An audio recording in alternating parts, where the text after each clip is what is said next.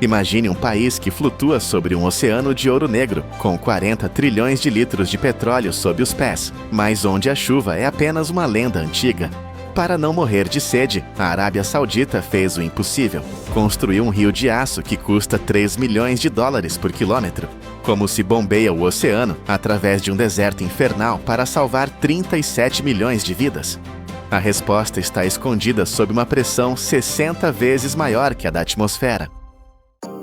Bem-vindos ao lugar mais inóspito da Terra para a vida humana e, ao mesmo tempo, um dos mais ricos. A Arábia Saudita é uma nação de contrastes brutais. Mais de 95% do seu território é um deserto implacável, onde o sol de verão cozinha a areia a temperaturas que ultrapassam regularmente os 45 graus Celsius. Aqui, a água que cai do céu é praticamente inexistente, com uma média anual inferior a 100 milímetros. No entanto, 37 milhões de pessoas chamam este forno a céu aberto de lar. A maioria vive concentrada na costa do Mar Vermelho, amontoada na orla, enquanto o vasto interior permanece um vazio silencioso e mortal. A natureza foi generosa com o petróleo, dando-lhes 40 trilhões de litros, mas foi cruel com a água. Para sobreviver, o reino teve que declarar guerra à geografia. A arma escolhida não foi um míssil, mas uma rede colossal de tubulações de água que atravessa o país como veias de metal. Mas não se enganem, isto não é um encanamento comum. Estamos a falar de tubos de aço carbono de alta resistência, idênticos aos usados para transportar petróleo sob alta pressão. Cada quilômetro desta linha vital custa uma fortuna, cerca de 3 milhões de dólares, apenas para colocar os tubos no chão. E isso nem sequer inclui as gigantescas estações de bombagem ou as usinas de dessalinização que custam dezenas de milhões. A fonte desta água é o mar, um reservatório infinito, mas venenoso para nós devido aos 3,5% de sal que contém. Transformar esse veneno salgado em vida custa uma quantidade astronômica de energia e dinheiro, mas é o único caminho. Todos os dias, complexos gigantescos na costa engolem 7 milhões de litros de água do mar para alimentar esta besta de aço. Antes que uma única gota de água possa viajar pelo deserto, é preciso construir a estrada por onde ela passará. E essa estrada nasce no fogo e no barulho de uma fábrica de aço. O desafio é imenso. Os tubos não podem apenas conter água, eles têm que resistir à fúria do deserto. Durante o dia, o metal ferve, à noite, congela. Esses ciclos térmicos extremos, somados à pressão contínua das bombas, destruiriam tubos comuns em questão de meses. Por isso, os engenheiros utilizam aço carbono de elite. O processo de nascimento destes gigantes é hipnotizante. Tudo começa com placas retangulares de aço maciço, cortadas com precisão cirúrgica. Estas placas são alimentadas na boca de uma máquina de laminação titânica. Rolos de aço pesando toneladas aplicam uma força esmagadora, dobrando a placa fria passo a passo, curvando a vontade do metal até que as duas bordas se toquem, formando um cilindro perfeito com um diâmetro de 1,8 metros. A parede do tubo tem quase 25 milímetros de espessura de puro aço, mas um tubo aberto é inútil. O próximo passo é a soldagem longitudinal. Tochas automáticas fundem as bordas com um calor tão intenso que o metal se torna líquido, criando uma costura indestrutível. Imediatamente após, o tubo passa por uma linha de resfriamento, a água para acalmar o metal e travar a sua estrutura. Nada é deixado ao acaso. As bordas e cantos são retificados para remover qualquer rebarba afiada, garantindo que o tubo seja geometricamente perfeito. As extremidades recebem atenção especial, são biseladas, ou seja, cortadas em ângulo, para criar a superfície de contacto ideal para quando forem soldadas a outro tubo no meio do deserto. Cada segmento fabricado tem 12 metros de comprimento. Por que 12? É o equilíbrio perfeito. Longo o suficiente para reduzir o número de soldas necessárias no campo, mas curto o suficiente para ser transportado em caminhões sem causar pesadelos logísticos. Quando saem da linha de produção, estes cilindros de 12 metros são empilhados em pátios, marcados e rastreados como se fossem barras de ouro, antes de serem carregados em caminhões e amarrados com força para a longa viagem até as dunas. A verdadeira batalha começa quando o aço encontra areia. Construir esta tubulação não é apenas cavar um buraco, é uma operação militar de logística e força bruta. Ao longo da rota, vastos pátios de preparação são montados no meio do nada. Aqui, equipas de engenharia inspecionam cada tubo novamente, procurando o menor defeito no revestimento ou na forma, porque uma falha aqui seria catastrófica depois de enterrada. Enquanto isso, topógrafos armados com GPS de alta precisão marcam o caminho na areia, desenhando uma linha invisível que a tubulação deve seguir. Eles evitam areias movediças, zonas de erosão e solos instáveis, escolhendo o caminho mais seguro para um investimento de bilhões de dólares. A escala da construção é avassaladora. Um corredor de 40 metros de largura é terraplanado através do deserto, abrindo caminho para um exército de máquinas. Escavadeiras gigantes rasgam a terra, abrindo uma trincheira precisa. Mas o deserto nem sempre é areia macia. Às vezes, montanhas de rocha sólida bloqueiam o caminho. Quando as máquinas não conseguem cavar, os engenheiros usam a força bruta, explosivos. Cargas controladas detonam em sequência, fraturando o leito rochoso e esculpindo a trincheira na própria pedra da montanha. Nada pode parar o avanço da água. No fundo da trincheira, não se coloca o tubo diretamente na rocha ou no solo duro. Uma camada de areia fina é espalhada como uma cama macia para proteger o revestimento do tubo e distribuir o peso gigantesco da água que passará por ali. E então começa a união. No local, tratores com guindastes laterais, chamados de side booms, seguram os tubos no ar. Uma braçadeira hidráulica entra no tubo e expande-se com força total, alinhando as duas seções com precisão milimétrica. O que se segue é um espetáculo de luz e calor. Um exército de 80 soldadores e robôs ataca a junta. Eles podem completar até 150 soldas por dia, trabalhando sob o sol escaldante. Cada solda é bombardeada com ultrassom para garantir que é perfeita por dentro, sem bolhas ou rachaduras. Depois, a junta é revestida com epóxi, selando o aço contra a corrosão eterna. Finalmente, como uma serpente gigante de aço, a tubulação é baixada suavemente para a sua cama de areia, centímetro a centímetro, coordenada por rádio para evitar qualquer torção. A terra é devolvida à vala e compactada, escondendo o rio de aço para sempre. Mas um rio precisa de uma nascente. A nascente desta maravilha moderna fica na costa, onde tubulações de admissão mergulham centenas de metros mar adentro. Estas linhas são instaladas por barcaças e mergulhadores, ancoradas no fundo do mar para resistir às correntes. A fome deste sistema é insaciável. Um único tubo de admissão, com pouco mais de 60 centímetros de largura, engole 15 milhões de litros de água do mar por dia. Isso são mais de 10 mil litros a entrar no sistema a cada minuto. A primeira linha de defesa é brutalmente simples.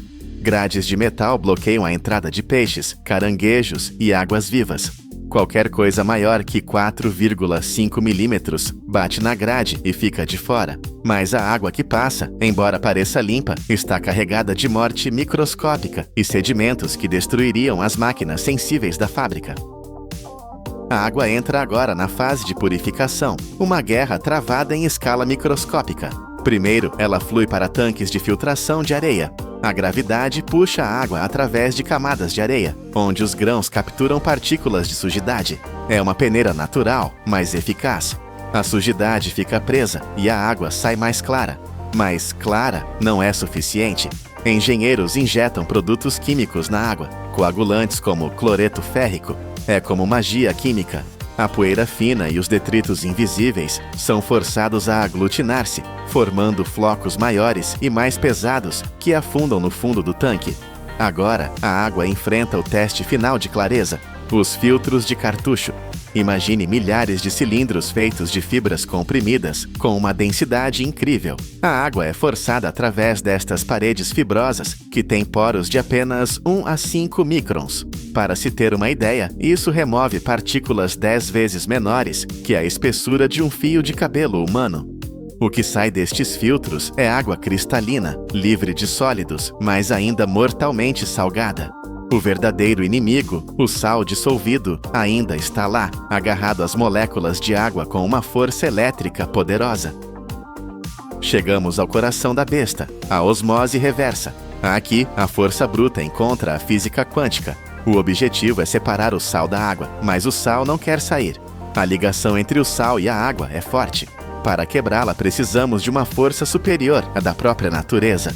Entram em cena as bombas centrífugas de alta potência. O som aqui é ensurdecedor. O rugido de megawatts de energia a serem convertidos em pressão pura. A água é comprimida em estágios, subindo cada vez mais até atingir a marca crítica de 60 bar. Tente visualizar isso. 60 bar é 60 vezes a pressão do ar que você respira agora. É a mesma pressão que você sentiria a 600 metros de profundidade no oceano, suficiente para esmagar um submarino da Segunda Guerra Mundial. Sob esta força titânica, a água é empurrada contra membranas semipermeáveis. Estas membranas são barreiras tecnológicas incríveis. Elas permitem que as pequenas moléculas de água passem, mas bloqueiam os íons de sal, maiores e carregados. O sal bate na parede e fica para trás. A água passa pura, mas uma vez não basta. Para garantir a perfeição, a água passa por um segundo estágio de membranas, onde a pressão é menor, mas a precisão é maior, removendo os últimos traços de íons que possam ter escapado. O resultado é uma água tão pura, tão vazia de tudo, que na verdade é agressiva. Ela não tem minerais, não tem sabor, é quase um destilado de laboratório. A água agora é segura, mas insípida e quimicamente instável. Se a bebêssemos agora, não mataria a sede da maneira que esperamos. O pH precisa de ser ajustado para que não corroa os tubos ou o nosso estômago. Pequenas doses de ácido ou base equilibram a mistura, e então devolvemos o que tiramos. Num processo chamado remineralização, a fábrica adiciona cuidadosamente cálcio e magnésio de volta à água. Isso não é apenas para dar sabor, é para a saúde, tornando a água nutritiva e agradável ao paladar humano. Agora, finalmente, a água está pronta. Ela entra na tubulação de aço que vimos ser construída, pronta para viajar centenas de quilômetros através do deserto ardente até chegar a uma torneira em Riad ou Jeddah.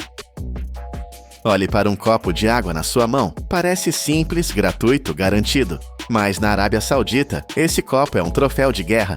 Começamos a nossa história com petróleo, mas terminamos com algo muito mais valioso. O custo final desta operação é de $5 por cada metro cúbico de água entregue. Nos Estados Unidos ou na Europa, a mesma quantidade custa apenas alguns centavos. Essa diferença de preço é o custo de desafiar a natureza. Aquele rio invisível de aço enterrado sob a areia, pulsando com uma pressão de 60 bar, é a única razão pela qual a civilização pode existir aqui. Não é apenas engenharia, é a compra da sobrevivência. Cada gole de água neste reino do deserto é uma vitória da tecnologia humana contra um ambiente que nos quer ver secos. Se esta jornada pelo rio de aço o impressionou, deixe o seu like e inscreva-se no Poder da Indústria. Porque aqui nós mostramos como o mundo é realmente construído. Neste objeto, não há revestimento de ouro, nem diamantes incrustados na superfície. É apenas um conjunto de folhas agrícolas secas, enroladas umas sobre as outras. No entanto, um único exemplar desta obra pode ser vendido por milhares de dólares e, em casos raros e exclusivos, atingir preços na casa dos milhões. O segredo? Uma estatística invisível. Para criar uma única unidade autêntica, são necessários 600 pares de mãos humanas e 5 anos de espera. Bem-vindos ao mundo onde o tempo se transforma em fumaça. Para entender o valor real deste produto, precisamos primeiro olhar para o mapa global e apagar o que pensávamos saber. Durante décadas, a ilha de Cuba foi considerada o solo sagrado, o único lugar onde o tabaco atingia a perfeição. Mas a geografia do luxo mudou drasticamente. Hoje, o título de gigante mundial da exportação pertence à República Dominicana. Estamos falando de uma produção anual colossal, que excede 250 milhões de unidades. A razão para essa mudança tectônica não é apenas política ou comercial, é uma obsessão pela qualidade. Marcas modernas elevaram a arte de enrolar a mão a um nível de precisão que desafia a engenharia. Mas, independentemente de onde é feito, seja na tradição cubana ou nas fábricas modernas dominicanas, este ainda é um produto que carrega um peso biológico real. É crucial entender que, embora muitas vezes sejam confundidos com cigarros comuns, a realidade química é brutalmente diferente. Uma única unidade pode conter de 10 a 20 vezes mais nicotina do que um cigarro convencional. As toxinas são absorvidas diretamente pela mucosa da boca, mesmo sem a inalação profunda, criando um caminho direto para o vício e aumentando o risco de danos graves à laringe e ao esôfago. A fumaça é mais densa, mais pesada e carrega consequências sérias. No entanto, antes que este produto se torne um perigo para a saúde ou um símbolo de status milionário, ele começa sua jornada de uma forma incrivelmente frágil e pequena. A criação de um prêmio de luxo não começa com máquinas barulhentas, mas com o silêncio de um laboratório agrícola. Tudo se origina de sementes menores que a cabeça de um alfinete. Estas sementes microscópicas são selecionadas com rigor genético e semeadas em bandejas de solo estéril, onde a vida começa sob proteção total. Elas são cobertas levemente com um meio de crescimento especial, apenas o suficiente para reter a umidade vital, mas permitindo a passagem da luz necessária para ativar a planta. Cada bandeja é então colocada dentro de estufas seladas, verdadeiros santuários biológicos, onde a temperatura, a umidade e a luz são monitoradas com uma precisão de quase hora em hora. Em apenas alguns dias, os primeiros brotos verdes rompem a terra. Nas 4 a 6 semanas seguintes, essas mudas crescem de forma constante até atingirem uma altura de aproximadamente 15 a 20 centímetros. Neste estágio, elas estão prontas para deixar a proteção da estufa e enfrentar a realidade do campo aberto. Em fazendas de alta qualidade, dedicadas exclusivamente a produtos artesanais, o transplante é uma operação cirúrgica feita inteiramente à mão. Cada muda é colocada em fileiras retas, em solo solto e aerado. O detalhe mais impressionante aqui é o espaçamento. A distância entre cada planta é medida rigorosamente pela largura de uma mão humana. Isso é vital para evitar que as folhas se toquem e para dar às raízes espaço suficiente para ancorar profundamente na terra. Em muitas plantações na República Dominicana e na Nicarágua, os agricultores seguem um cronograma de plantio quase religioso. O trabalho acontece apenas no início da manhã. Nessa hora sagrada, a luz do sol é suave, a umidade é alta e o solo permanece macio, criando as condições ideais para que as plantas jovens criem raízes sem sofrer o choque do calor tropical. Uma vez que as plantas criam raízes e estabelecem um crescimento constante nos campos, o cultivo entra em sua fase mais agressiva, o controle de crescimento. O objetivo aqui não é apenas deixar a planta viver, mas forçá-la a produzir as folhas da mais alta qualidade possível. Esta etapa dura aproximadamente 6 a 8 semanas de vigilância constante. Todos os dias, os produtores monitoram a cor das folhas, a firmeza do caule e a umidade do solo, ajustando a irrigação gota a gota. Quando as plantas atingem uma altura de cerca de 1,20 m a 1,5 m, a natureza tenta seguir seu curso. Botões de flores roxas pálidas começam a se formar no topo. Isso sinaliza o momento para uma intervenção humana drástica, conhecida como topping. Os trabalhadores removem manualmente a ponta superior da planta antes que as flores desabrochem. Ao fazer isso, a energia vital da planta é redirecionada. Ela para de tentar se reproduzir e concentra toda a sua força no desenvolvimento das folhas, tornando-as mais grossas e ricas em óleos. Quando o caule da planta ultrapassa 1,5 m, a colheita começa. Diferente da agricultura industrial, onde máquinas ceifam campos inteiros em minutos, aqui o processo é lento e deliberado, durando mais de um mês. Os agricultores colhem em estágios, subindo camada por camada, pois cada altura da planta oferece um sabor diferente. A camada mais baixa é conhecida como volado, folhas finas e leves que queimam uniformemente. Cerca de uma semana depois, as folhas viso de seção intermediária são colhidas. São mais espessas e aromáticas. Finalmente, sob o sol escaldante, chega a vez do ligero, as folhas do topo. Ricas em óleos essenciais e nicotina devido à exposição prolongada à luz solar, estas são as folhas mais fortes, usadas para dar corpo e força ao charuto. A colheita é inteiramente manual porque cada folha deve permanecer intacta, sem quebras, sem hematomas, como se fosse um tecido precioso. Assim que as folhas são colhidas, elas são levadas para longe do sol, para o interior escuro e ventilado dos celeiros de cura. Aqui não há máquinas de secagem rápida. O processo depende da arquitetura tradicional e da paciência. Cada folha é amarrada e pendurada em postes de madeira que se estendem até o teto, criando um mar de vegetação suspensa. Começa então a cura, uma transformação química lenta. A clorofila verde se decompõe e os compostos aromáticos começam a nascer. O cheiro dentro do celeiro muda drasticamente, do odor de grama cortada para um aroma doce e terroso.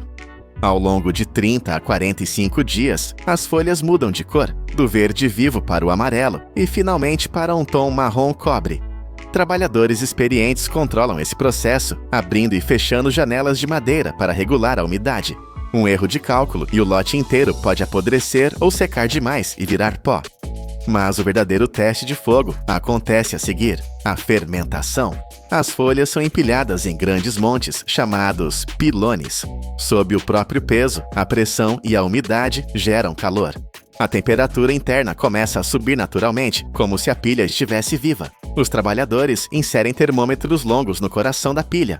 O limite é crítico. Se a temperatura passar de 50 graus Celsius, o tabaco cozinha e estraga. Para evitar isso, quando o calor atinge o ponto máximo, a pilha inteira é desmontada manualmente, as folhas são sacudidas para esfriar e a pilha é reconstruída. Esse trabalho exaustivo de virar a pilha se repete de 3 a 5 vezes. É um ciclo de calor e trabalho braçal que pode durar até 6 semanas para as folhas mais fortes, garantindo que toda a amônia e as impurezas sejam expulsas, deixando apenas o sabor puro.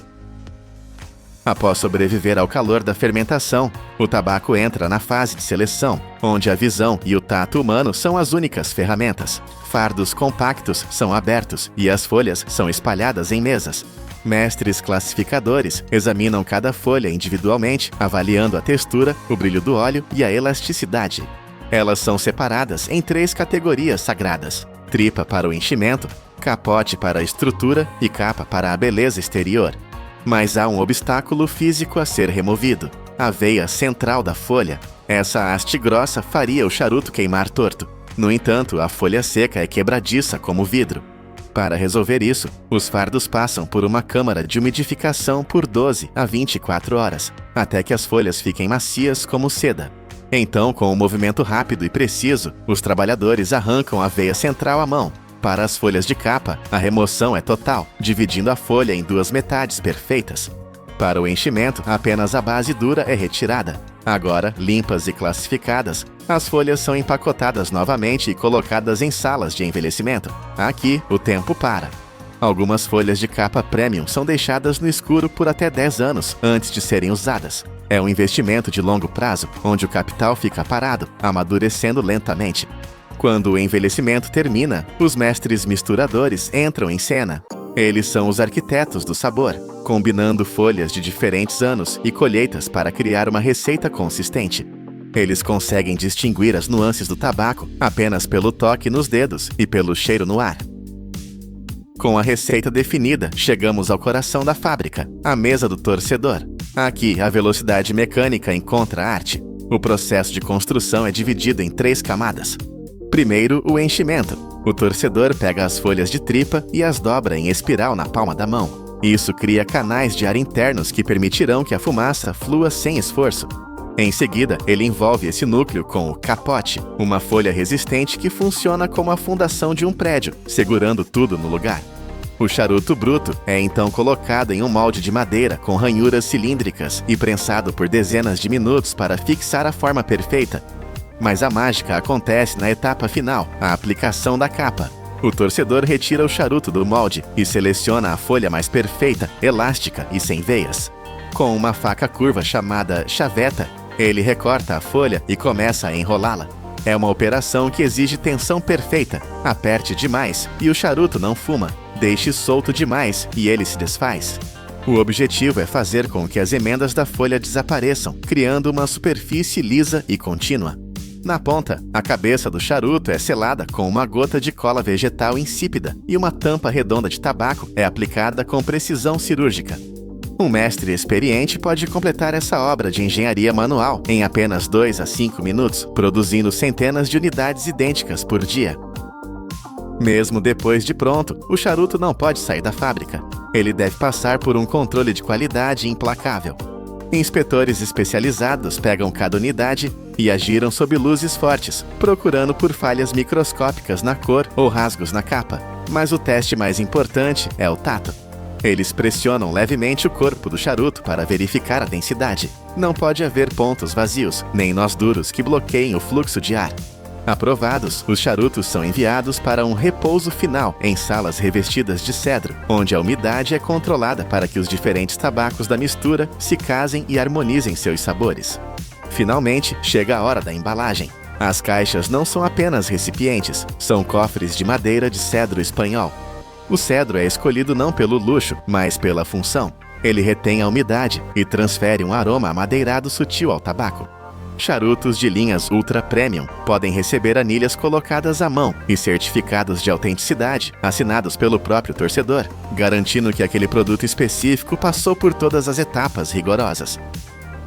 Ao abrir uma dessas caixas, o que você vê não é apenas um produto de consumo, é um arquivo histórico. Cada camada, cada dobra, cada aroma é o resultado direto de gerações de conhecimento acumulado e de um esforço físico monumental. Fumar um charuto não é um hábito rápido para matar o tempo, é um ritual que exige pausa. Num mundo industrial obcecado pela velocidade e pela automação, estas folhas nos lembram de uma verdade esquecida: a qualidade suprema não pode ser apressada. Ela exige a colaboração de 600 mãos, a fúria controlada do calor e a paciência de anos silenciosos. Se esta jornada pelo mundo da manufatura extrema impressionou você, deixe seu like, compartilhe sua opinião nos comentários e inscreva-se no canal Poder da Indústria.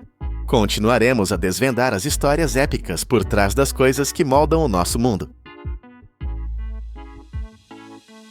Os Estados Unidos quebraram um silêncio de 40 anos. Para salvar 500 mil de pessoas de uma seca bíblica, engenheiros não estão apenas bloqueando um rio com concreto. Eles estão perfurando as montanhas rochosas e erguendo uma parede colossal de 107 metros feita de asfalto quente.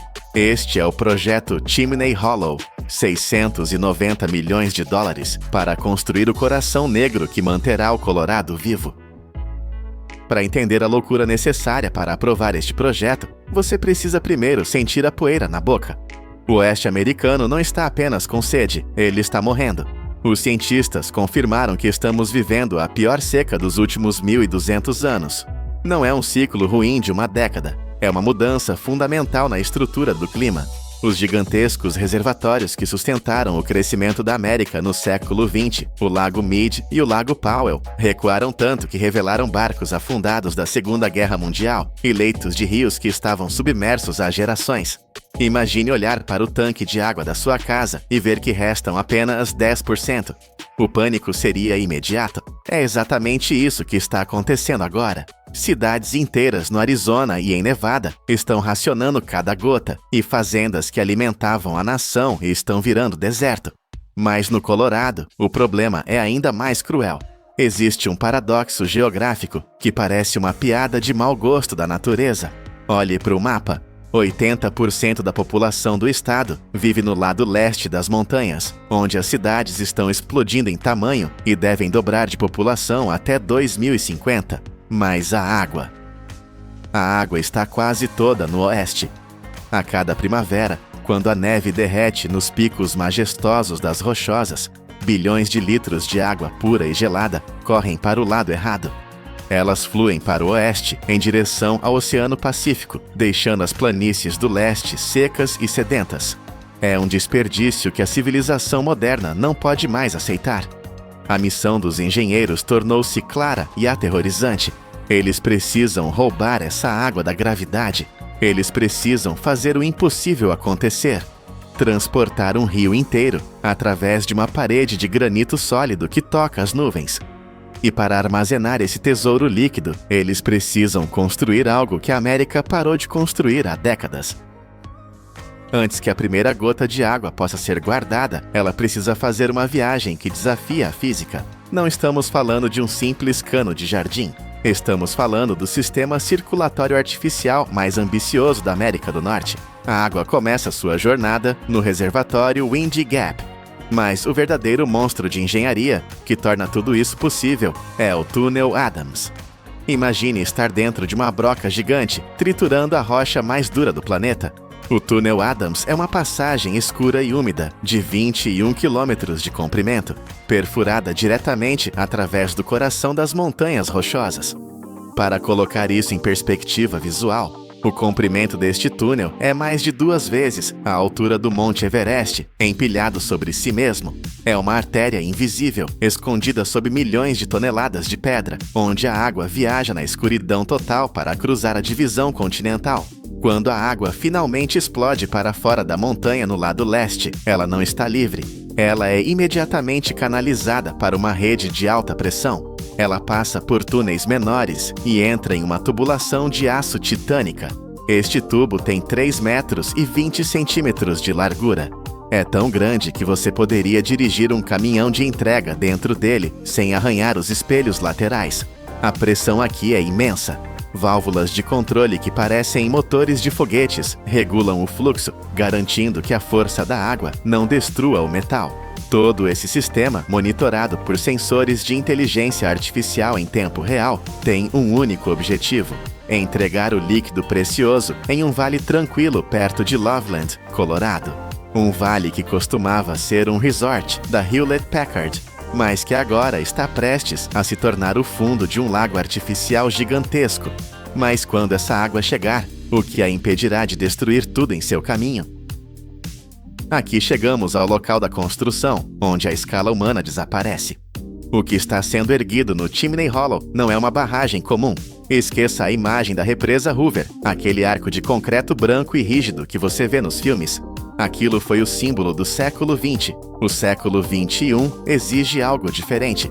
Esta é uma barragem de aterro, uma montanha artificial meticulosamente construída por mãos humanas e máquinas gigantes. A parede se ergue a 107 metros de altura. Isso é equivalente a um arranha-céu de 35 andares, bloqueando a saída do vale. O comprimento da crista da barragem se estende por mais de 1 quilômetro, cobrindo uma distância igual a 11 campos de futebol profissional colocados em linha reta. O volume de material movido aqui é incompreensível. Caminhões basculantes que parecem brinquedos à distância transportaram e depositaram 6,8 milhões de metros cúbicos de rocha. Eles estão construindo uma pirâmide moderna, camada por camada. Quando estiver cheio, este reservatório segurará 1,22 bilhões de metros cúbicos de água. Isso é água suficiente para abastecer toda a cidade de Denver por 5 anos inteiros. A pressão na base dessa parede será esmagadora. Se essa barragem falhar, a catástrofe seria bíblica. Mas houve um momento de pânico silencioso no início do projeto. Para construir uma barragem de rocha, você precisa de um núcleo impermeável, geralmente feito de argila, para impedir que a água passe pelos espaços entre as pedras. Quando as escavadeiras rasgaram o chão do vale até a rocha matriz, os geólogos confirmaram o pior pesadelo. Não havia argila.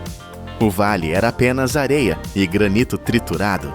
Sem argila, a barragem seria apenas uma pilha de pedras permeável. A água passaria direto por ela. O projeto de 690 milhões de dólares parecia condenado antes mesmo de começar.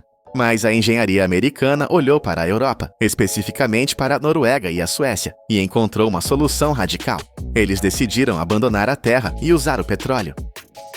A solução é o asfalto, mas não o asfalto que você dirige todos os dias. Estamos falando de núcleo de asfalto hidráulico, uma tecnologia tão rara que este é apenas o segundo projeto em toda a história da América do Norte a utilizá-la. É aqui que o vídeo se torna quente e viscoso. Imagine uma fábrica química montada no meio das montanhas. O cheiro de betume quente enche o ar. As máquinas aquecem uma mistura especial de pedras finas, e betume a uma temperatura infernal de 150 graus Celsius. A mistura é negra, brilhante e mortalmente quente. Esta substância não é despejada de qualquer jeito.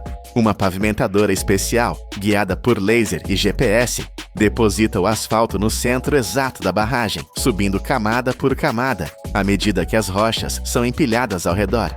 O resultado é um núcleo preto, vertical, que funciona como a espinha dorsal da barragem. Mas por que asfalto? A resposta é genialidade pura. O concreto é duro, mas é quebradiço. Se o chão se mover, o concreto racha. O asfalto nesta mistura especial é viscoelástico. Isso significa que ele é sólido o suficiente para ficar em pé, mas flexível o suficiente para fluir. Pense nisso como um coração de pedra, envolto em uma camada gigante de borracha indestrutível. Se um terremoto sacudir as montanhas, ou se a barragem assentar com o peso colossal da água, o núcleo de asfalto não vai rachar. Ele vai se dobrar. Ele vai se adaptar. Se uma pequena fissura aparecer, a pressão e o calor natural farão com que o asfalto sangre para dentro da rachadura, selando-a automaticamente. É uma barragem que se cura sozinha. É a fusão perfeita de força bruta e química avançada.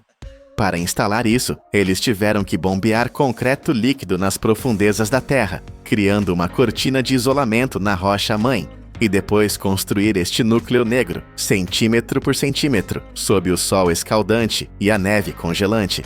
É uma barreira feita para durar não décadas, mas séculos. Mas a confiança cega na química não é suficiente quando 500 mil de vidas estão em jogo. A barragem Chimney Hollow não é apenas uma pilha de pedras com um centro de asfalto. Ela é um robô gigante disfarçado de montanha, enterrados profundamente dentro daquela parede negra, onde nenhum humano jamais poderá ir novamente. Estão mais de 500 sensores de fibra óptica e instrumentos de pressão. Estes não são sensores comuns. Eles formam um sistema nervoso digital que está acordado 24 horas por dia, 7 dias por semana. Esses nervos digitais conseguem sentir coisas que nós não conseguimos. Eles detectam a pressão da água empurrando contra a parede. Eles sentem as microvibrações do vento batendo na crista da barragem. Eles podem até registrar tremores de terra acontecendo a centenas de quilômetros de distância. Todos esses dados são enviados para um cérebro de inteligência artificial no centro de controle da Northern Water. O computador conhece a respiração normal da barragem. Se houver qualquer mudança, 1 milímetro de deformação, uma gota de vazamento, o alarme soa antes que o problema se torne real. Além disso, drones autônomos patrulham os céus acima da barragem diariamente, criando mapas 3D com precisão de centímetros. Não há humanos pendurados em cordas arriscando suas vidas para inspecionar rachaduras. Os robôs fazem tudo. Mas toda essa tecnologia tem um preço, e não é apenas financeiro. O custo real é pago pela natureza. Onde agora vemos esta máquina de água, existia um ecossistema vivo. Florestas de pinheiros, riachos onde cervos bebiam água ao amanhecer, trilhas onde famílias acampavam no verão. Tudo isso se foi. O fundo do vale foi raspado, limpo e preparado para ser afogado. É uma visão melancólica, ver a beleza selvagem ser substituída pela necessidade humana. Para compensar essa perda, o projeto prometeu plantar 2 árvores para cada uma que foi derrubada e criar novos habitats para a vida selvagem. Mas a verdade nua e crua permanece. Nós trocamos um vale vivo por uma bateria de água. E mesmo agora, com a barragem pronta, o reservatório não encherá da noite para o dia. Levará 3 anos de invernos com neve para encher este gigante. É um lembrete de que, não importa o quão avançada seja nossa engenharia, ainda dependemos da misericórdia do céu. Na década de 1980, a América disse não às grandes barragens. O país acreditava que a era de domar a natureza com força bruta havia acabado. Hoje, 40 anos depois, o projeto Chimney Hollow está diante de nós como uma prova de uma nova realidade. Não vencemos a natureza, tivemos que negociar com ela. Esta estrutura titânica prova que, para sobrevivermos em um planeta que está secando, não podemos mais usar apenas o concreto rígido do passado. Precisamos da flexibilidade do asfalto, da inteligência dos sensores digitais e da coragem de sacrificar vales inteiros para garantir o amanhã. O Chimney Hollow não é apenas um reservatório, é a primeira caixa d'água inteligente do século XXI. Enquanto a água começa a subir lentamente, cobrindo o asfalto negro e escondendo a engenharia para sempre sob uma superfície azul e calma, fica a lição. Esta é a única maneira de mantermos a civilização viva em um mundo onde a água vale mais que o ouro.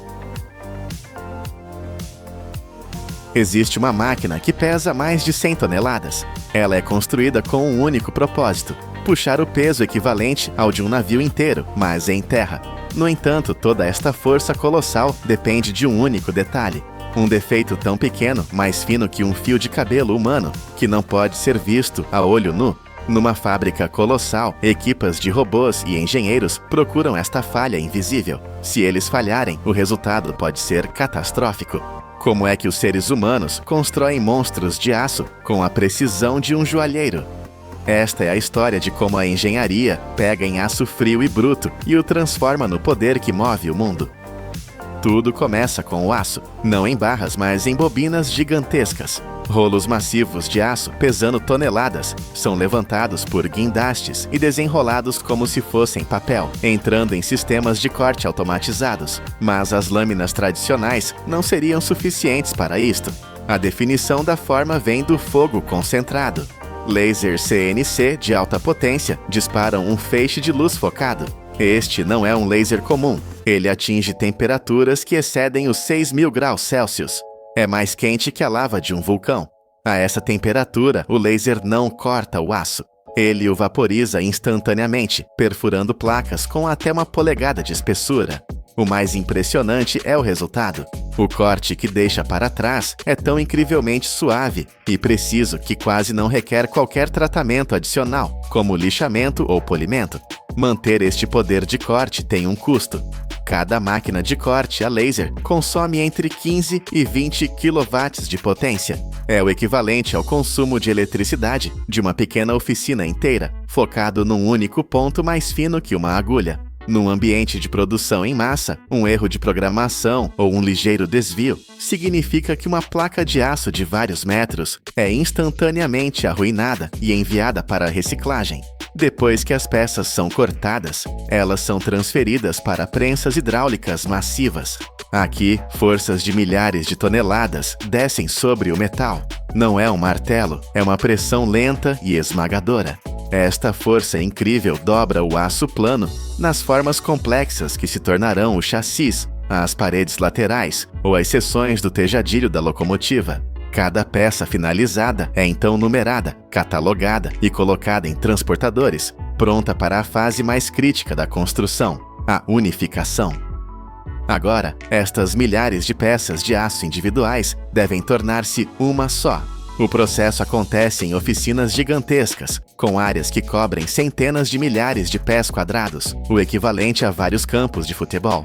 Placas de aço pesando vários milhares de libras cada são posicionadas em gabaritos de montagem especializados. Pense neles como moldes gigantes. Braçadeiras hidráulicas fixam cada peça exatamente de acordo com o projeto digital. Nada se pode mover, nem mesmo 1 milímetro. Quando tudo está seguro, os robôs assumem o controlo. Começa um balé de braços robóticos. São máquinas de soldadura por arco automatizadas. Elas deslizam pelas junções designadas, criando costuras de metal fundido a temperaturas que ultrapassam os 5.000 graus Fahrenheit, ou 2.760 graus Celsius. Isto é crucial.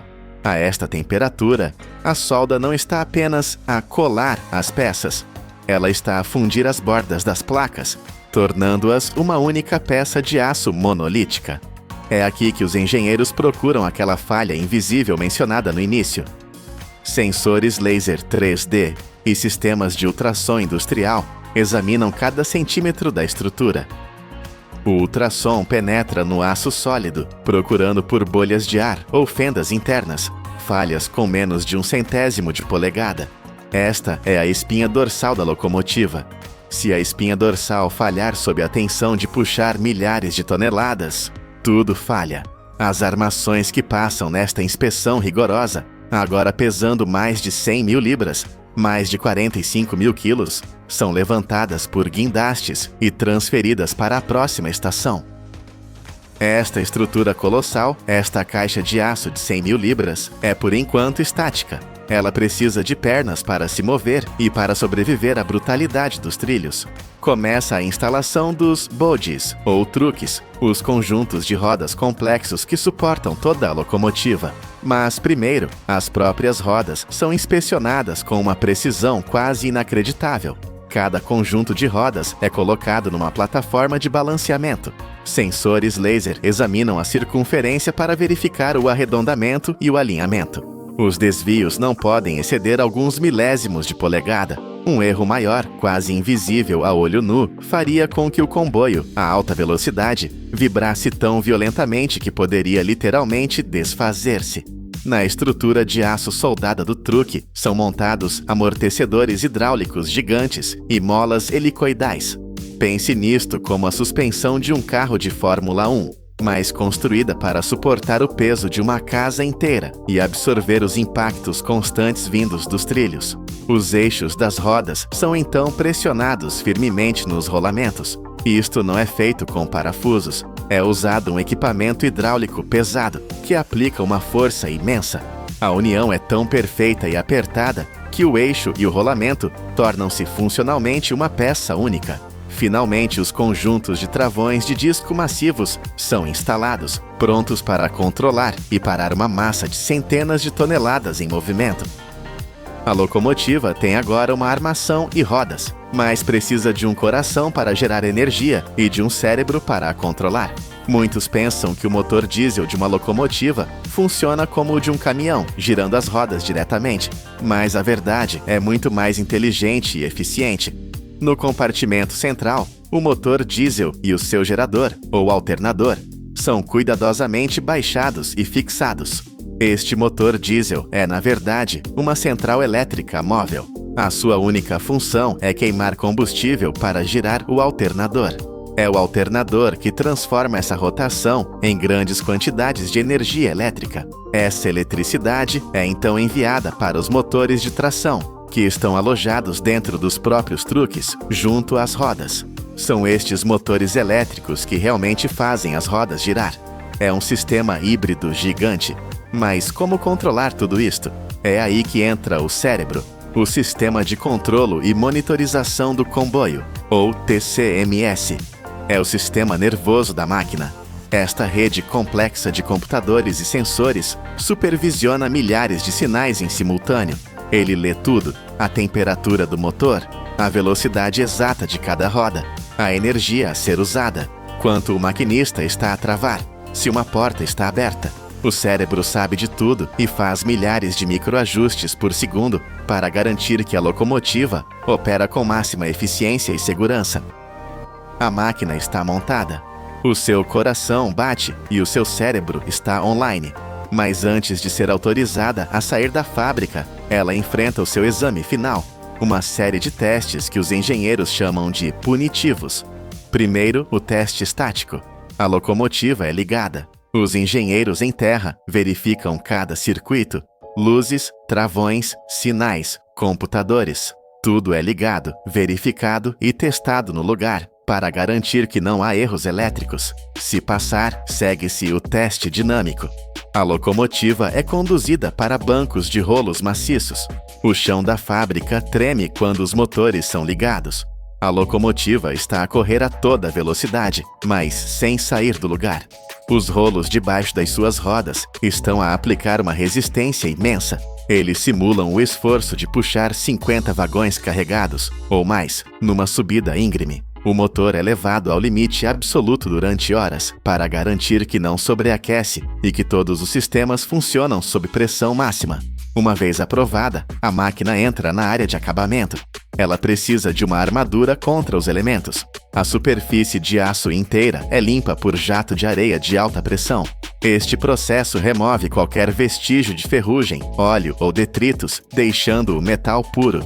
Imediatamente, uma camada de primário anticorrosivo é aplicada. Este é o escudo.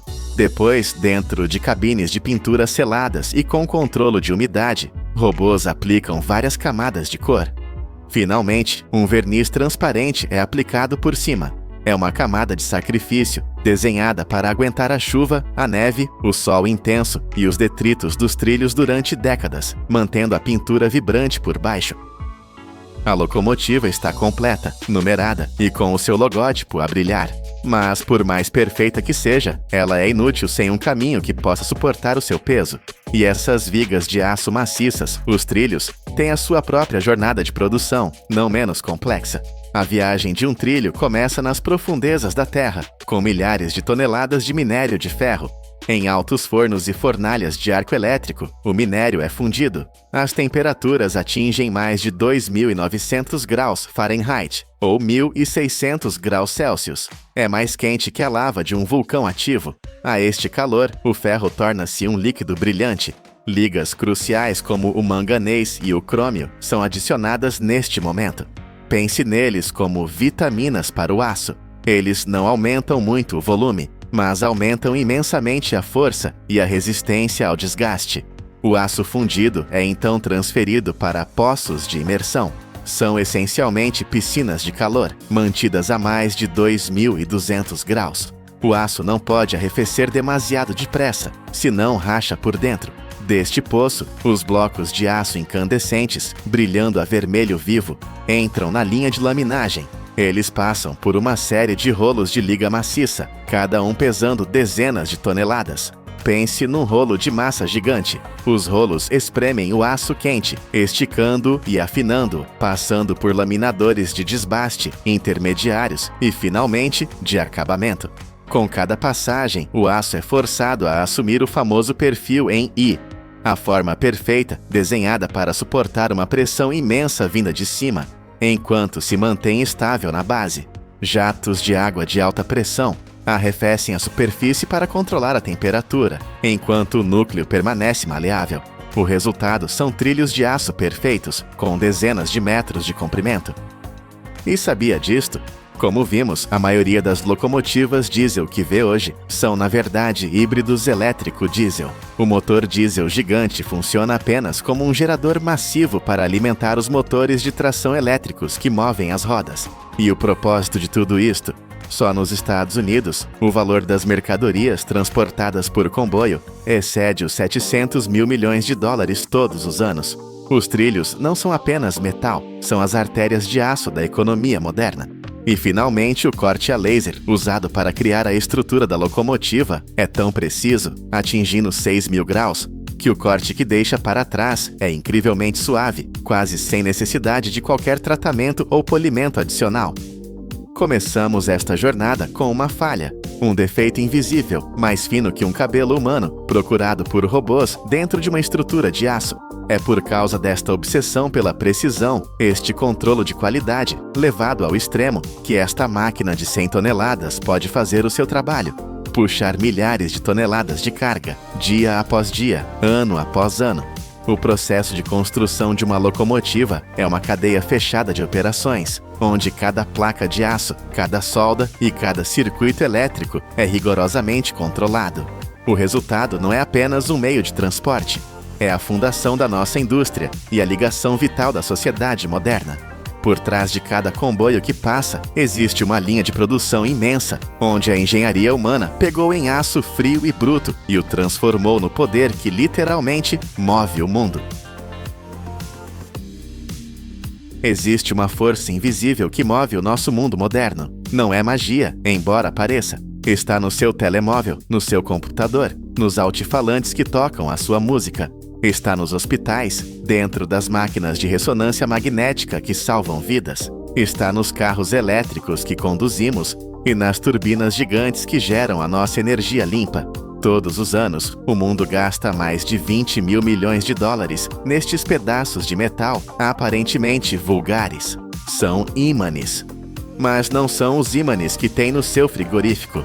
São super-ímãs, o coração pulsante da nossa tecnologia. E aqui está o segredo que define o nosso futuro. Mais de 90% de toda a produção mundial destes ímãs está nas mãos de um único país. Uma nação que detém, literalmente, o interruptor de ligar e desligar da civilização moderna. O que aconteceria à nossa economia, aos nossos transportes, à nossa energia, se esse interruptor fosse, de repente, desligado? A viagem para descobrir a resposta começa nas profundezas da Terra, numa paisagem de poder bruto. Tudo começa com um conjunto de minerais especiais, conhecidos como terras raras. E nesta arena, a China domina o jogo de forma quase absoluta, controlando mais de 90% de toda a refinação e fabrico do mundo. Para solidificar este domínio, a partir de 2025, o governo chinês introduziu novos regulamentos de exportação. Isto significa que qualquer produto, seja um motor de carro elétrico ou um componente de avião de caça, que contenha a mais pequena fração de terras raras chinesas, precisa de uma licença de aprovação de Pequim para ser vendido. é uma alavanca estratégica apontada ao coração da indústria ocidental. Mas antes de se tornar uma arma política, tem de ser arrancado da terra. A extração destes minérios não é uma simples operação de escavação. Quando o minério está preso em rocha dura, a extração é cirúrgica. Os geólogos mapeiam as veias e os engenheiros usam explosões precisamente calculadas. A quantidade de explosivo e a sua colocação são determinadas ao milímetro, não para destruir a rocha, mas para a fraturar de forma controlada, mantendo os blocos de minério tão intactos quanto possível. Se o minério se fragmentar demasiado, material valioso é perdido, e este trabalho é perigoso por razões que vão além das explosões.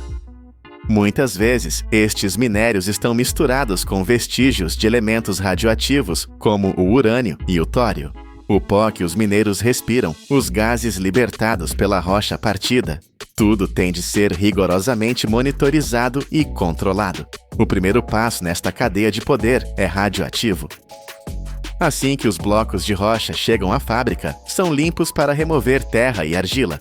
O primeiro passo da transformação é brutal: transformar pedras em pó, mas não é um pó qualquer. Os blocos entram em moinhos de bolas, cilindros gigantes cheios de esferas de aço que rolam e esmagam a rocha sem parar. Ou, por vezes, em moinhos a jato, que disparam o material contra si mesmo a velocidades incríveis. Este processo violento continua durante 4 a 6 horas. O objetivo é reduzir a rocha a partículas que medem apenas 3 a 10 microns. Para ter uma perspectiva, um cabelo humano tem cerca de 70 microns de diâmetro. Este pó é quase 20 vezes mais fino. Durante esta moagem, o controle da temperatura é vital. A câmara não pode exceder os 80 graus Celsius. Se aquecer demasiado, a estrutura atômica dos minerais altera-se e o potencial magnético do material perde-se. Todo o processo falha antes de realmente começar. Depois da moagem, este pó ultrafino, uma mistura de tesouro e lixo, precisa de ser purificado. O método chama-se flotação.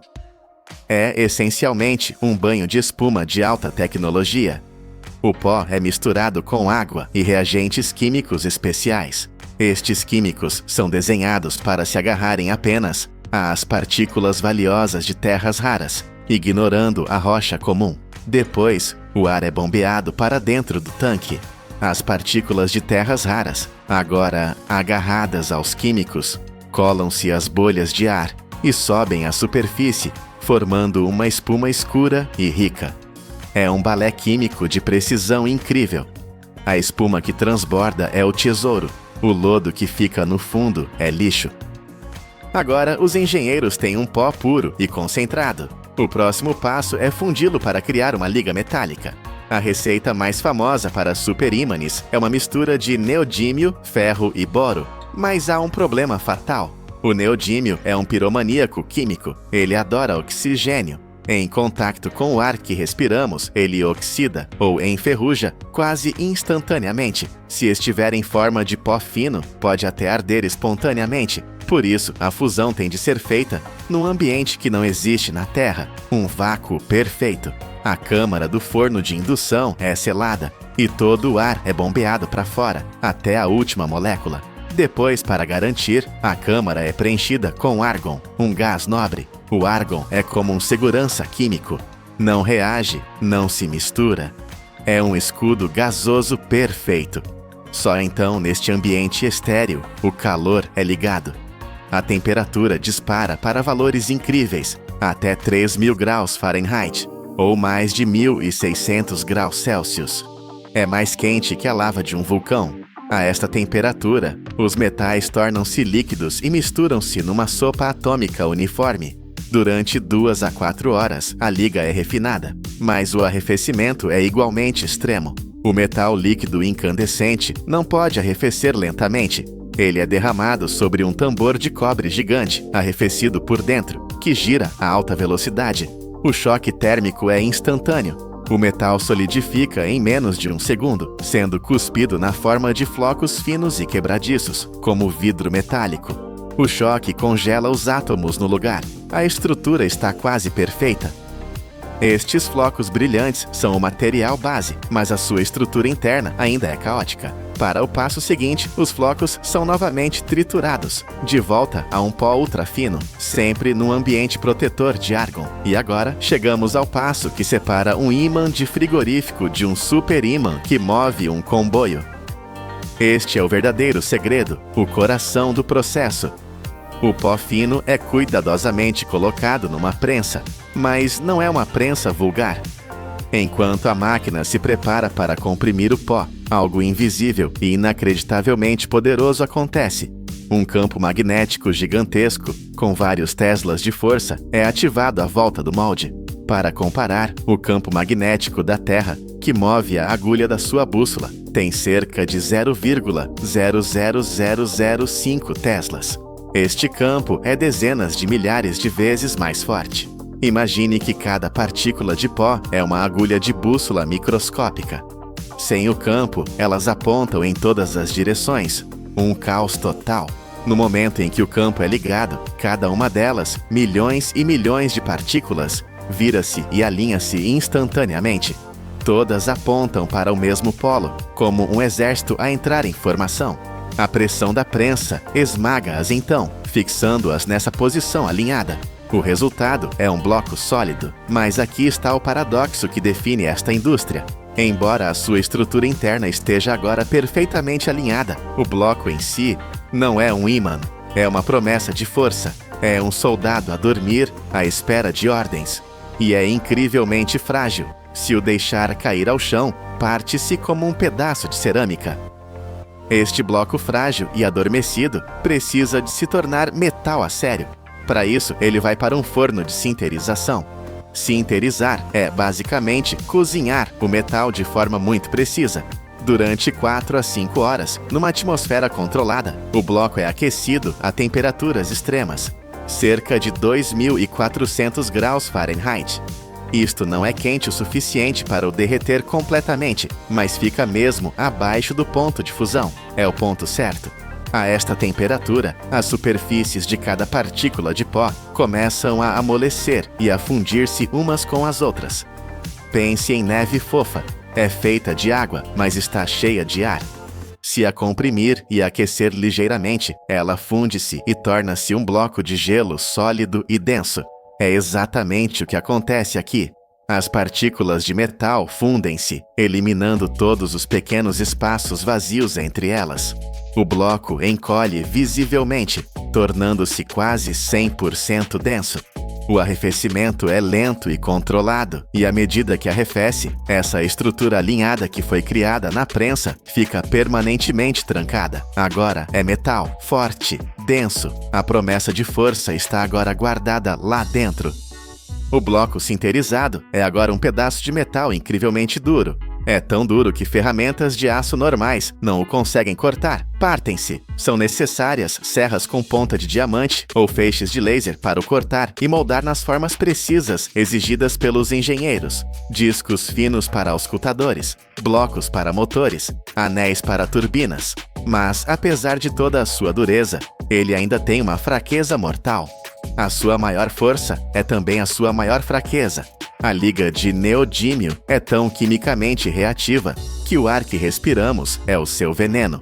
A oxidação, a ferrugem, começa quase imediatamente. Um super ímã nu, deixado ao ar livre, pode perder toda a sua força em meses, ou mesmo semanas, desfazendo-se em pó. Por isso, ele precisa de uma armadura. Cada ímã, agora com a sua forma final, é meticulosamente limpo e depois mergulhado em banhos galvânicos. Recebe camadas de proteção, níquel, depois cobre, depois níquel novamente, ou zinco, ou uma resina epóxi selante. Esta camada é a sua armadura. Ela sela o ímã, protegendo-o da umidade e do oxigênio, garantindo que a sua força invisível dure décadas. É esta armadura que o permite sobreviver no nosso mundo. O processo está quase no fim. Temos a forma final, temos a armadura, mas o ímã ainda está morto. Não tem polo norte nem polo sul, não atrai nem repele nada. É apenas um pedaço de metal caro, denso e perfeitamente alinhado por dentro. Está na sala final. Chegou o momento do despertar. Cada ímã é colocado dentro de uma bobina de cobre grossa, um dispositivo chamado magnetizador de impulsos. É aqui que a promessa se torna realidade. Uma descarga elétrica monstruosa, com uma voltagem entre 2.000 e 3.000 volts. É acumulada e depois disparada através da bobina. Tudo acontece num flash, num impulso que dura de 1 a 5 milissegundos. É mais rápido que um piscar de olhos. Mas nesse instante, o impulso gera um campo magnético colossal, com uma intensidade de 3 a 5 teslas. É um campo dezenas de milhares de vezes mais forte que o campo magnético de todo o planeta Terra. Nesse instante, todos os domínios magnéticos dentro do metal, que foram alinhados na prensa e trancados na sinterização, viram-se e fixam-se permanentemente. É um choque de despertar. O exército de soldados adormecidos recebeu a sua ordem ao mesmo tempo. O poder invisível é finalmente libertado. O metal morto torna-se, nesse milissegundo, uma força da natureza. A sua força é testada, a sua polaridade verificada. Agora são tão potentes que têm de ser manuseados com extremo cuidado. Têm de ser embalados com espaçadores de plástico ou escudos magnéticos. Se 2 destes superímãs se juntassem subitamente, poderiam estilhaçar-se com a sua própria força ou esmagar os ossos de uma mão. E assim, a viagem termina. Começamos com uma rocha radioativa nas profundezas da Terra e uma pergunta sobre poder. Vimos essa rocha ser pulverizada até ficar mais fina que farinha, purificada num banho de espuma, fundida no vácuo para escapar ao ar e alinhada por forças invisíveis. E finalmente, testemunhamos o seu nascimento num relâmpago de 3.000 volts. Aqueles 20 mil milhões de dólares e aquele controlo de 90%, é sobre isto, é sobre este processo incrivelmente complexo.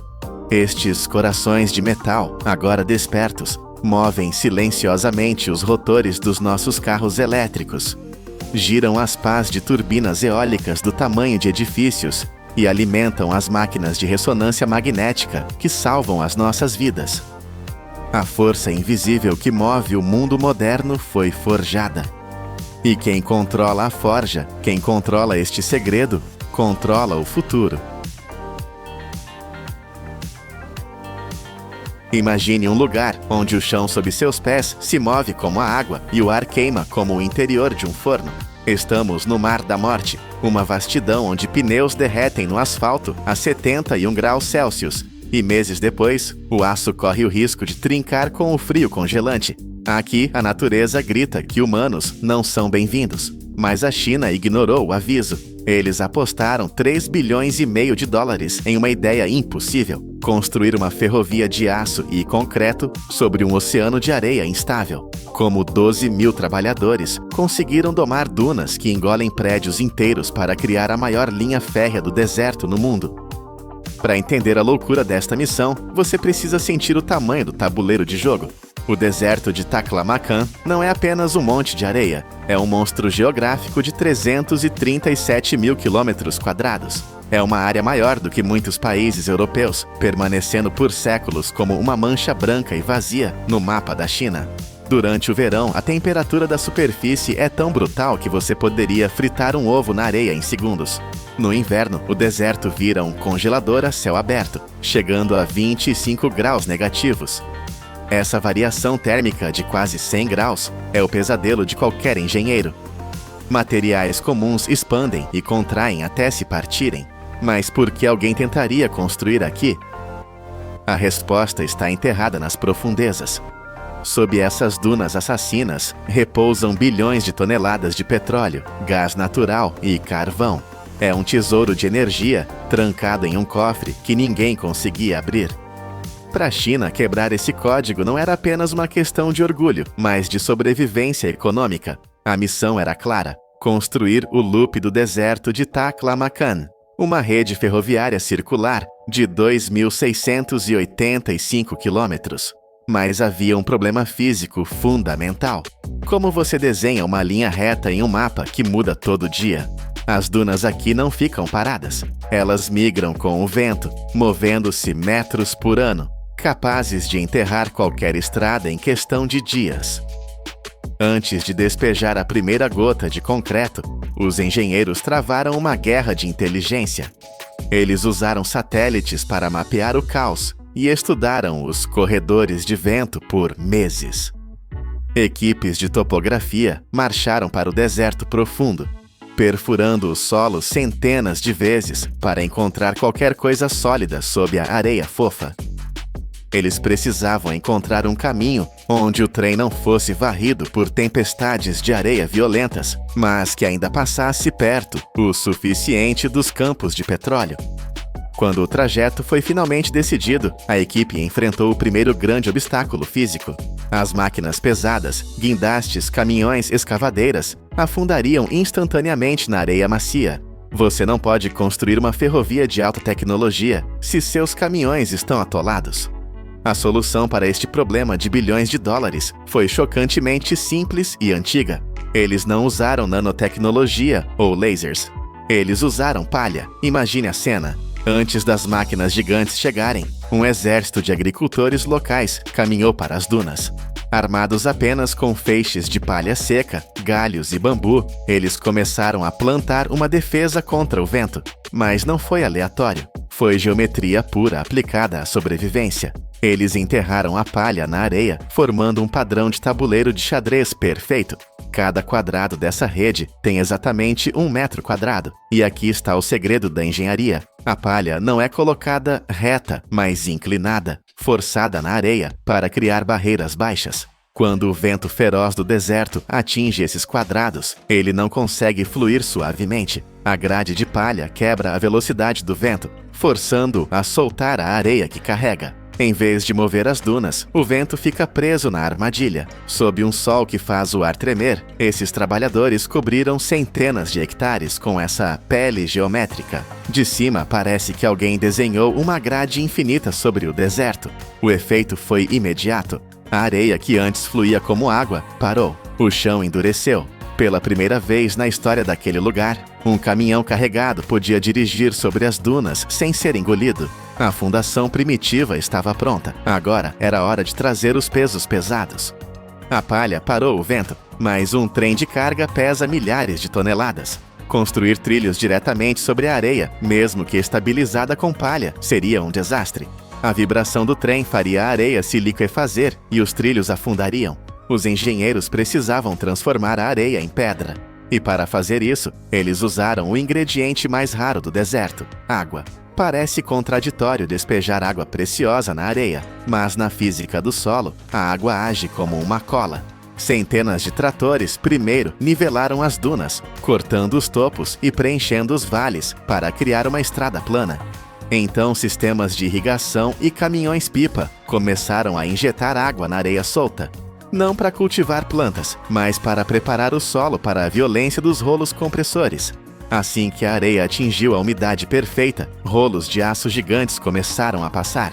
O som devia ser ensurdecedor, o estrondo de metal vibrando contra a terra, expulsando cada bolha de ar entre os grãos de areia. Passagem após passagem, a areia fofa foi esmagada até se tornar uma laje densa e compacta. Mas eles não pararam por aí. Para garantir que essa base nunca se desfizesse, caminhões trouxeram toneladas de solo avermelhado de outras regiões. Eles espalharam essa terra sobre a areia compactada como uma tampa protetora. Mais uma vez, os rolos passaram fundindo as camadas. O que antes era um oceano de pó instável, agora era uma cicatriz vermelha e dura, cortando o deserto, forte o suficiente para suportar o peso de guindastes e concreto. O deserto tinha ganhado um chão artificial. Mesmo com um chão sólido, o deserto tem outra arma: as dunas gigantes que se movem. Uma tempestade de areia ruim poderia enterrar a linha férrea sob metros de areia em uma única noite. Limpar os trilhos todo dia seria impossível. A solução dos engenheiros foi radical. Se o chão é o problema, vamos sair do chão. Eles decidiram construir uma estrada no céu. Mais de 65% da ferrovia Rotan-Huoqiang não toca a areia. Ela flutua. Cerca de 500 quilômetros de trilhos correm sobre viadutos elevados. Para sustentar isso, eles tiveram que erguer uma floresta de concreto no meio do nada. 11.000 pilares de ponte começaram a subir do chão. A construção desses pilares foi uma batalha contra o relógio e o termômetro. Durante o dia, o calor era tão intenso que o concreto secaria rápido demais e racharia antes de endurecer. Então, a obra virou noturna. Sob a luz de holofotes, enquanto o deserto esfriava, as equipes perfuravam dezenas de metros para baixo, passando pela areia até encontrar cascalho sólido lá no fundo. Eles inseriam gaiolas de aço e bombeavam concreto, criando raízes profundas que nem o vento mais forte poderia arrancar. Sobre essas raízes, os pilares subiram, alguns chegando a 15 metros de altura. Eles usaram moldes especiais e aditivos químicos para que o concreto resistisse ao sal corrosivo do solo. A visão é surreal. Fileiras infinitas de colunas cinzas marchando para o horizonte como um exército de gigantes petrificados. O design é genial em sua simplicidade. O vento e a areia agora podem passar livremente por baixo dos viadutos.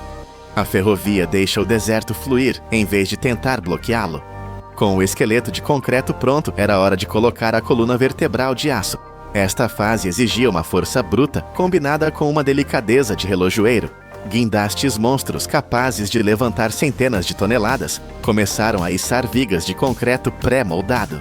Essas vigas, pesando tanto quanto uma baleia azul, tinham que ser encaixadas no topo dos pilares com uma margem de erro de apenas alguns milímetros. Um erro aqui, um desalinhamento minúsculo, e um trem em alta velocidade poderia descarrilar. Sobre essas vigas, eles colocaram os dormentes e, finalmente, os trilhos de aço. Cada segmento de trilho tem 80 metros de comprimento. Trabalhadores e máquinas automatizadas alinharam o aço, apertando parafusos e soldando juntas para criar uma fita contínua de metal. Durante 11 meses, essa linha de montagem móvel avançou pelo deserto, deixando para trás um rastro de aço brilhante. Mas antes de qualquer passageiro embarcar, a linha teve que passar pelo teste final de tortura. Trens de teste pesados, carregados com sensores, correram para frente e para trás. Eles mediram tudo, quanto a ponte afundava com o peso, quanto ela vibrava com o vento, como os trilhos reagiam ao calor do meio-dia. Os sensores confirmaram o impossível. A estrutura era estável. A areia não se acumulava nos trilhos. O plano tinha funcionado. Mas construir é uma coisa, manter é outra. Em um ambiente tão hostil, a natureza tenta destruir tudo o que o homem faz. Para proteger essa conquista, a China olhou para outro projeto vizinho, a rodovia do deserto de Tarim, e aplicou uma lição vital: a melhor defesa é a vida. Eles decidiram criar um cinturão verde ao longo das rotas de transporte. Mais plantas precisam de água e estamos no centro de um deserto árido. Trazer água de caminhão seria caro demais. A solução estava brilhando no céu o tempo todo. O deserto recebe mais de 2.700 horas de sol brutal por ano. Os engenheiros transformaram esse inimigo em aliado. Eles construíram 86 estações de bombeamento ao longo da rota, todas cobertas por painéis solares. Essas estações usam a energia do sol para alimentar bombas poderosas que sugam água salobra de aquíferos a 100 metros de profundidade. Essa água não serve para beber, mas é perfeita para certas plantas do deserto. Uma rede complexa de tubos pretos corre sob a areia, gotejando água diretamente nas raízes de 200.000 árvores e arbustos plantados ao longo da via. Essas plantas formam uma parede viva que segura a areia e protege o asfalto e o aço. É um sistema de ciclo fechado impressionante. O sol que tenta secar o deserto é usado para bombear a água que o torna verde. Isso transformou a rota no primeiro corredor de deserto com o carbono zero do mundo. É a tecnologia criando um oásis artificial para proteger a indústria. Hoje, se você olhar para o mapa, o anel está fechado. Onde antes havia apenas o silêncio mortal e o assobio do vento nas dunas, agora existe o som rítmico de rodas de aço nos trilhos. O loop do deserto de Taklamakan está completo. O Mar da Morte foi transformado em um corredor de energia vital para a economia global.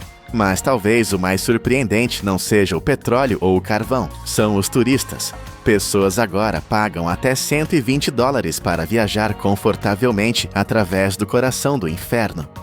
Elas olham pela janela do trem com ar-condicionado e veem a imensidão dourada que, por séculos, matou qualquer um que tentasse atravessá-la. Essa ferrovia é mais do que infraestrutura. É um monumento à teimosia humana. É a prova definitiva de que, com concreto suficiente, precisão de aço e uma vontade inquebrável, não existe lugar na Terra que não possa ser alcançado. A areia ainda se move, o calor ainda queima, mas o trem continua avançando.